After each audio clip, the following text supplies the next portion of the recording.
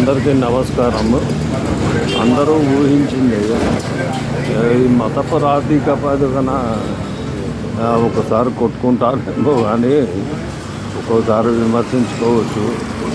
కానీ మన భారతీయులు ఊహించిన విధంగానే జరిగింది. ఇప్పుడు బంగ్లాదేశ్ వాసులకు పాకిస్తాన్లో ఫ్రీ. సరే, బంగ్లాదేశ్ వాడికి ఈరోజు భారతదేశంతో సరి అయిన సంబంధాలు లేవు. వాళ్ళు చేసిన పాపానికి వాళ్ళే అనుభవించాలి. అయితే ఇప్పుడు ఫ్రీ వీసా ఇవ్వడం వలన బంగ్లాదేశ్కు పాకిస్తాన్కు ఏ విధంగా ఉపయోగము అని చాలామంది చర్చించుకుంటున్నారు. పాకిస్తాన్లో తినేదానికే తిండి లేదు. మొన్నటికి మొన్న ఏదో కొత్త మాలు అదేదో స్టార్ట్ చేశారట, బిగ్ డ్రీమో ఏదో. అక్కడ ఇది కనీసం 50 రూపాయల నుంచి 1000 రూపాయల వరకు ఉండే గుడ్డలు, బట్టలు, తర్వాత వేరే ఏవో వస్తువులు పెడితే ఒకటే గంటలోనో కొద్ది 2-3 గంటల్లోనో మొత్తం దోచుకున్నారు. అదొకటి దోపిడీ రాజ్యం అయిపోయింది. ఇక విషయానికి వస్తే బంగ్లాదేశ్లో జరిగినప్పుడు వాళ్ళు షేక్ హసీనా యొక్క గుడ్డలు కూడా, అండర్ గార్మెంట్స్ కూడా తీసుకొని దొంగతనం చేసిన దరిద్రులు వాళ్ళు. ఈ రెండు దరిద్రులు, ఇద్దరు దరిద్రులు కలిసినాక వాడి దగ్గరికి పోయి వీడు రొట్టె తింటాడా, వీడి దగ్గరికి పోయి వాడు రొట్టె తింటాడా, చాయ్ తాగుతాడా? అక్కడ పాలే లేవు, చాయ్ పత్తానే లేదు. మరి ఇది ఏందో నాకు ఈ కాంబినేషన్ వస్తలేదు. సరే, ఫ్రీ వీసా ఇచ్చాడే, బాగానే ఉంది. మరి 1971 సమయంలో మరి బంగ్లాదేశ్ సపరేట్గా ఎందుకు కావాల్సి వచ్చింది? భాష వలన. ఈ బంగ్లాదేశ్ వాళ్ళను ఎంతనే వాళ్ళంటే ఈ పాకిస్తాన్ పంజాబీ వాళ్ళు కానీ వాళ్ళు పొట్టోళ్ళు, నల్లగా ఉంటారు, అది అనేది అనుకుంటారు. అప్పుడు అనుకున్న మాటలు వీళ్ళకు గుర్తుకు రాదేమో ఇప్పుడు. అప్పుడు వెళ్ళి భారతదేశం వెళ్ళి 99 మంది సైనికులను బందీలుగా తీసుకొచ్చినప్పుడు అప్పుడు హర్షణీయంగా చెప్పుకున్నారు.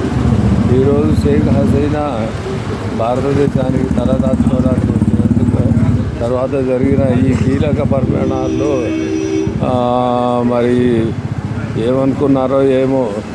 ఇప్పుడు ఈ 2 దేశాల కంటే ఒక దేశానికి మనకు ఆల్రెడీ కట్ అయిపోయింది. ఇక బంగ్లాదేశ్కు ఉల్లిగడ్డలు లేవు, ఏమి సప్లైయే చేయొద్దు మనం. Already Adani group current cut చేసింది. వీళ్ళు ఎట్లా బతుకుతారో చూడాలా.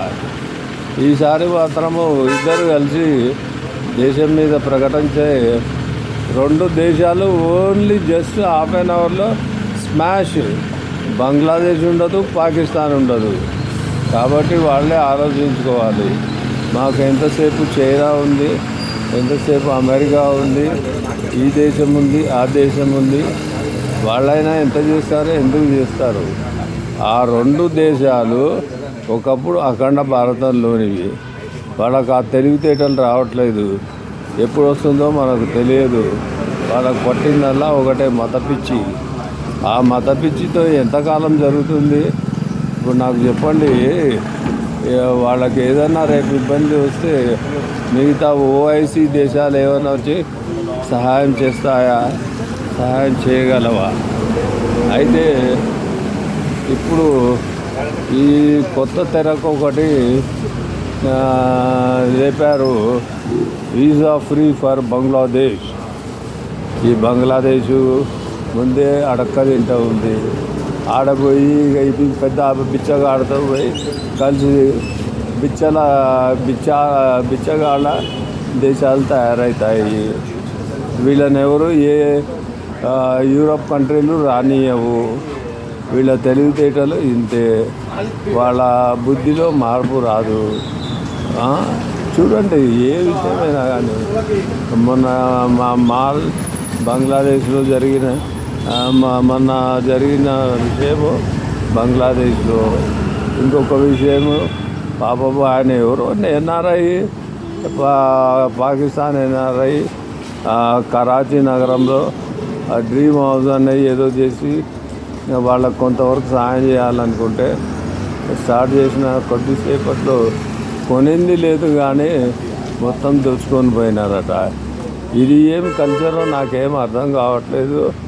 ఈ కల్చరు ఈ 2 దేశాల్లోనే కనిపిస్తుంది.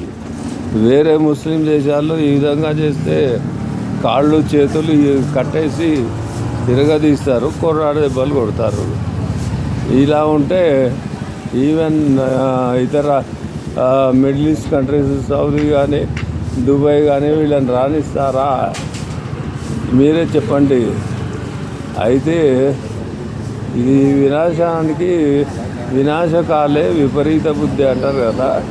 ఈ 2 దేశాలకు వినాశకాలే విపరీత బుద్ధి అనే ఒక సూత్రాన్ని ఫాలో అవుతున్నారు. మత ప్రాతిపదికన ఏ దేశంతో కూడా భారతదేశము మైత్రి సంబంధాలు పెంచలేదు. అదేవిధంగా ఎప్పుడూ మతం గురించి మాట్లాడలేదు. మాకు మా హైందవ సాంప్రదాయం ప్రకారము మాకు ఇలా కావాలా అలా కావాలని ఎప్పుడు ఏ దేశాల్లో అడగలేదు.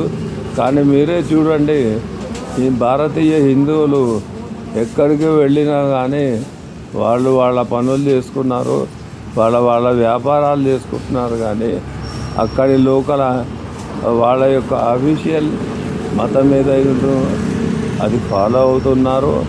అలాగే ఇంట్లో వాళ్ళ మతాన్ని ఫాలో అవుతున్నారు. కాబట్టి ఈ శుభతరుణమే అనుకోవచ్చు. శుభతరుణమే. 2 దొంగలు ఒక చోట అయితే మంచి ట్రైనింగ్ తీసుకొని గొప్ప గజ దొంగలు అవుతారేమో, బందిపోటు దొంగలు అవుతారేమో అనిపిస్తుంది. జై హింద్, జై భారత్.